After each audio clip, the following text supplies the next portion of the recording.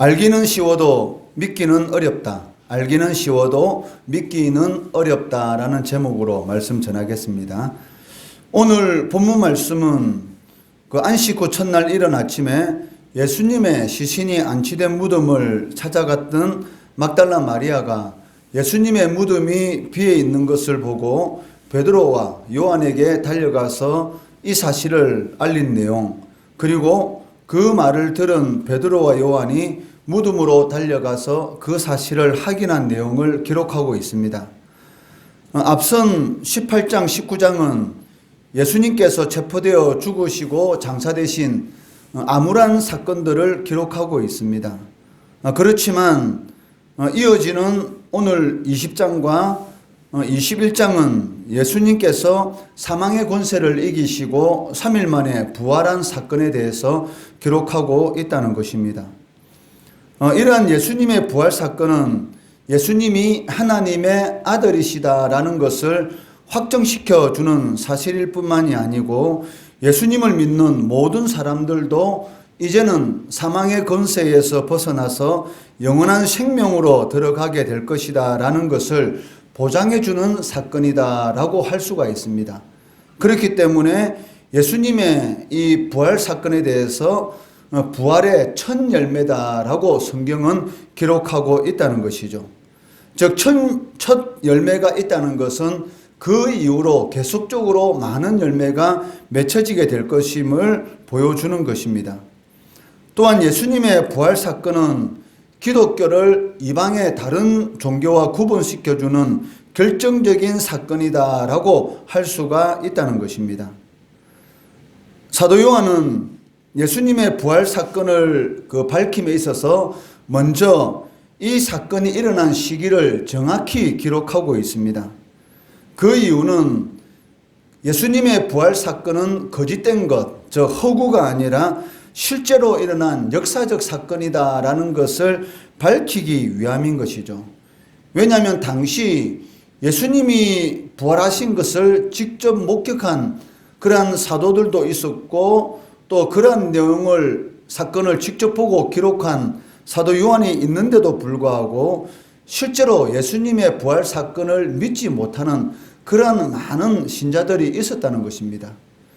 고린도 교회를 보더라도 바울 사도가 고린도 교인들에게 편지를 쓰면서 그리스도인들에게 있어서 부활이 없다면 세상에서 가장 불쌍한 사람일 것이다 라고 말하고 있는 것처럼 실질적으로 예수 그리스도의 부활에 대해서 당시 예수님을 믿고 있지만 부활 사건에 대해서는 믿지 못하는 그러한 사람들이 많이 있었다는 것을 알 수가 있습니다. 그렇기 때문에 사도 요한은 예수님의 부활 사건이 언제 일어났는가를 정확하게 그 시점에 대해서 제시하고 있습니다. 그날은 안식일이 지난 첫날이었다라고 기록하고 있습니다. 1절에 보시면 안식 후 첫날 일찍이 아직 어두울 때에 막달라 마리아가 무덤에 와서 돌이 무덤에서 옮겨진 것을 보고라고 기록합니다. 유대인들의 안식일이 토요일이었기 때문에 그 다음 날은 당연히 일요일입니다.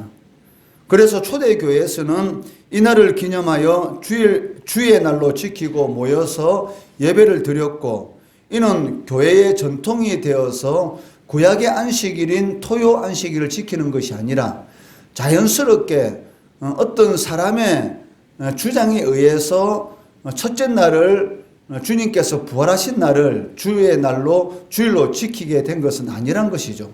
즉 성령의 역사로 말미암아 자연스럽게 초대교회 때부터 이 토요 안식일이 즉 주일, 예수님의 부활하신 첫째 날 안식일로 바뀌었던 것을 우리는 알 수가 있다는 것입니다. 1절에 보시면 무덤에 찾아간 사람으로 막달라 마리아만 기록하고 있습니다. 그렇지만 누가복음 24장 1절 말씀에는 이 여자들로 기록되어 있고, 마가복음 16장 1절에는 막달라 마리아 외에 야고보의 어머니 마리아 그리고 살로메 등의 이름이 기록되어 있는 것을 볼 때에 실제적으로 예수님의 무덤을 찾아간 사람은 막달라 마리아 외에도 몇몇의 여인들이 같이 있었다라는 것을 우리는 알 수가 있다는 것이죠. 그런데 사도 요한은 막달라 마리아만을 기록하고 있습니다. 그 이유가 무엇이냐면 막달라 마리아가 예수님의 빈 무덤을 확인하였고 또 사도들에게 알리는 일에 있어서 주도적으로 역할을 감당하였고 또 예수님을 처음으로 목격한 여인이 바로 막달라 마리아였고 또 막달라 마리아는 예수님의 부활 사건의 중요한 증인이기 때문에 막달라 마리아를 중심으로 사도 요한이 기록하였다라고 볼 수가 있다는 것입니다. 이처럼 막달라 마리아를 비롯한 여인들이 예수님의 무덤을 찾은 것은 예수님의 시신에 향품을 바르기 위해서입니다.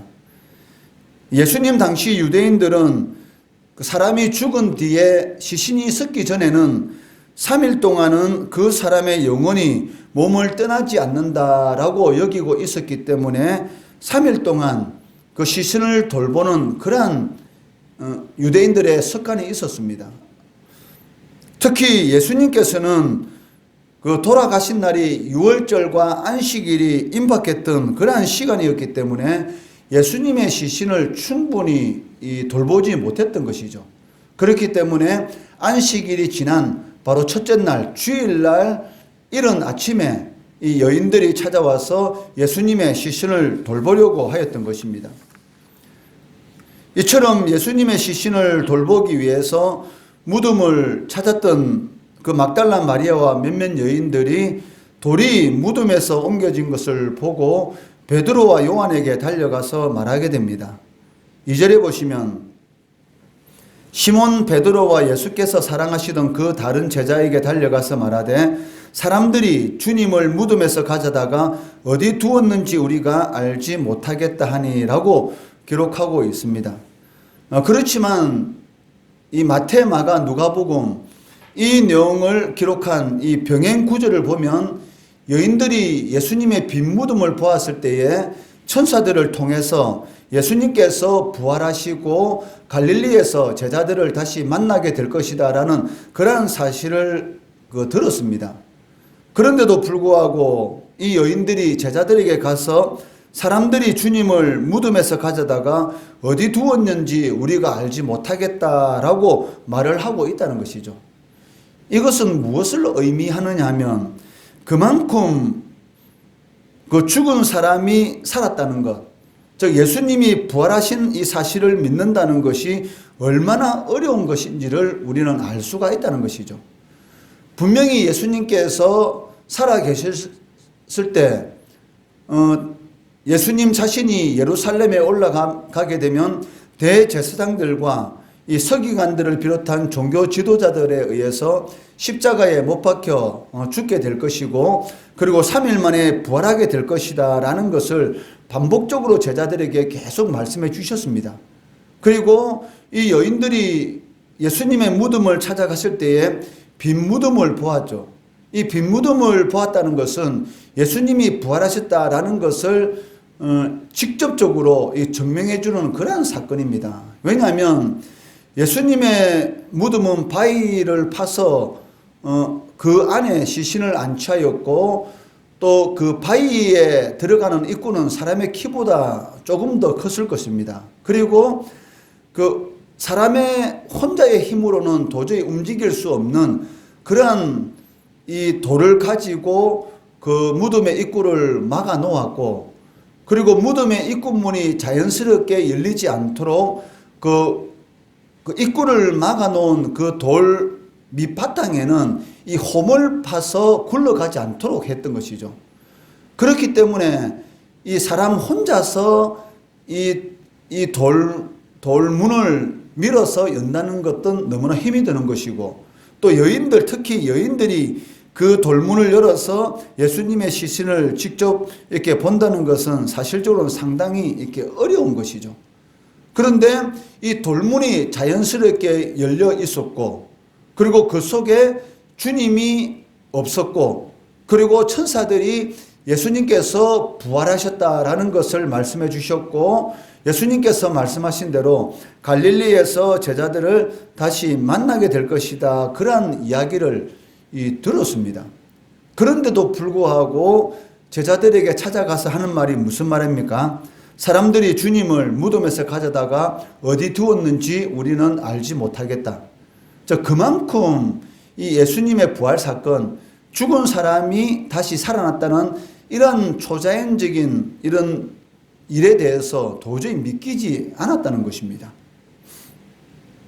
이것은 예수님의 부활을 믿는다는 것이 얼마나 어렵다는 것을 우리들에게 잘 보여주는 것입니다. 물론 후에 막달라 마리아를 비롯해서 많은 사람들이 예수님의 부활을 직접 확인하고 믿게 되었습니다. 그렇지만 그 사도 요한이 이 내용을 기록한 그 이유는 그 예수님의 부활은 인간의 이성으로는 도저히 믿기 어려운 일이지만 틀림없는 그러한 역사적인 사실이다라는 것을 강조하기 위해서라는 것이죠. 예수님과 함께 동고동락하며 예수님의 죽음을 직접 목격했고 예수님의 빈무덤을 직접 본 사람들도 예수님의 부활을 믿는 것이 이렇게 어렵다면 예수님과 함께 하지 않았고 말로만 예수님의 부활에 대해서 들었던 너희들이 믿지 못하는 것은 당연한 것이다. 그렇지만 예수님이 부활한 사건은 실제적인 역사적인 사건이다라는 것을 강조하고 있다는 것입니다. 사실 여인들 뿐만이 아니라 당시 무덤을 찾아온 베드로와 요한도 예수님의 부활을 믿지 못하고 있었습니다. 9절 말씀해 보시면 그들은 성경에 그가 죽은 자 가운데서 다시 살아나야 하리라 하신 말씀을 아직 알지 못하더라라고 기록되어 있고 8절 말씀에서는 사도 요한이 베드로를 따라서 그 안을 보고 믿었더라라고 되었는데 이때 사도 요한이 믿은 것은 시신이 없다라는 그런 사실을 믿은 것이지 예수님의 부활한 그 사실에 대해서 믿었다는 것은 아니라는 것이죠. 그렇기 때문에 자신들이 낙심하고 두려운 마음으로 제자들이 기다리고 있는 10절 말씀에 집으로 돌아갔다. 이 말은 자신들의 집으로 돌아갔다는 말이 아니고 제자들이 기다리고 있던 그 집으로 돌아가서 문을 잠그고 있었죠. 그런데 예수님께서 부활하신 그날 저녁에 예수님께서 그 제자들에게 찾아와서 자신이 부활하신 그 모습을 보이시는 것을 우리는 알게 됩니다. 이처럼 예수님과 함께한 제자, 특히 수제자인 베드로, 그리고 예수님이 진정으로 사랑했던 사도 요한, 이 제자들도 예수님의 부활을 믿지 못했다는 것은 그만큼 예수님의 부활에 대해서 이 죽은 지 사흘이 지난 사람이 살아났다는 이런 역사적인 사실에 대해서 믿는다는 것이 얼마나 어렵다는 것을 두 번 강조하고 있다는 것을 보게 되는 것이죠. 실질적으로 예수님이 사도 요한이 요한복음을 기록할 1세기 후반에만 하더라도 예수님의 부활에 대해서 믿지 못하는 많은 사람들이 있었습니다. 그런 사실 때문에 사도 요한은 예수님의 제자들도 이를 믿지 못했다라는 것을 보여주는 것이죠. 그렇기 때문에 예수님이 부활하신 것, 처음에는 예수님의 제자들도 믿지 못했지만 예수님께서 직접 부활하셔 찾아오심으로 인해서 믿게 되었고 오순절 성령의 역사를 통해서 구약에 예언된 그리스도의 부활에 대한 그런 내용에 대해서 이제 확실히 진정한 의미를 깨닫게 되었던 것이죠. 그러한 내용들을 기록하면서 이 부활 신앙을 가지도록 독려하고 또 고난과 핍박 가운데서 위로하는 그러한 것을 강조하고 있다는 것입니다. 어쩌면 우리도 이 예수님의 제자들과 같은 그러한 모습으로 살아가고 있는 것은 아닌지 한번 생각해 보게 됩니다. 주님의 약속은 확실하고 분명합니다. 그런데도 불구하고 믿음이 없어서 우리의 삶 가운데 조금 어려운 일이 있으면 걱정하고 염려하고 불안해하는 그러한 삶을 살아가고 있는 것은 아닌지, 그리고 우리 신자들에게 주님께서 부활의 약속을 주셨는데도 불구하고 혹 죽음에 대한 그러한 많은 두려움 때문에 혹 자신도 모르는 사이에 예수에 대한 신앙을 부인하는 그러한 삶을 살아가고 있는 것은 아닌지 이 시간 우리 자신을 한번 돌아보는 그러한 시간이 된다는 것입니다. 하나님의 약속의 말씀은 우리의 이성으로 분석하고 평가하는 것이 아닙니다. 그냥 믿고 받아들이는 것이죠.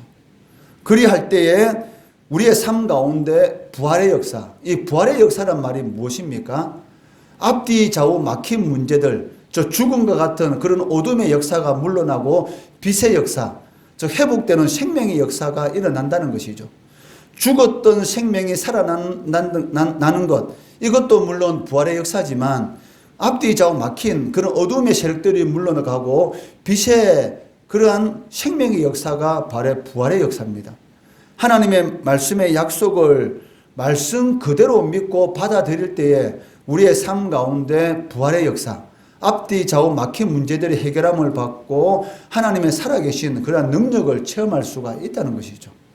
오늘 본문 말씀을 통해서 이러한 부활신앙, 어둠이 물러나고 빛의 역사를 체험하는 우리 성도들 되시기를 주의 이름으로 축원합니다.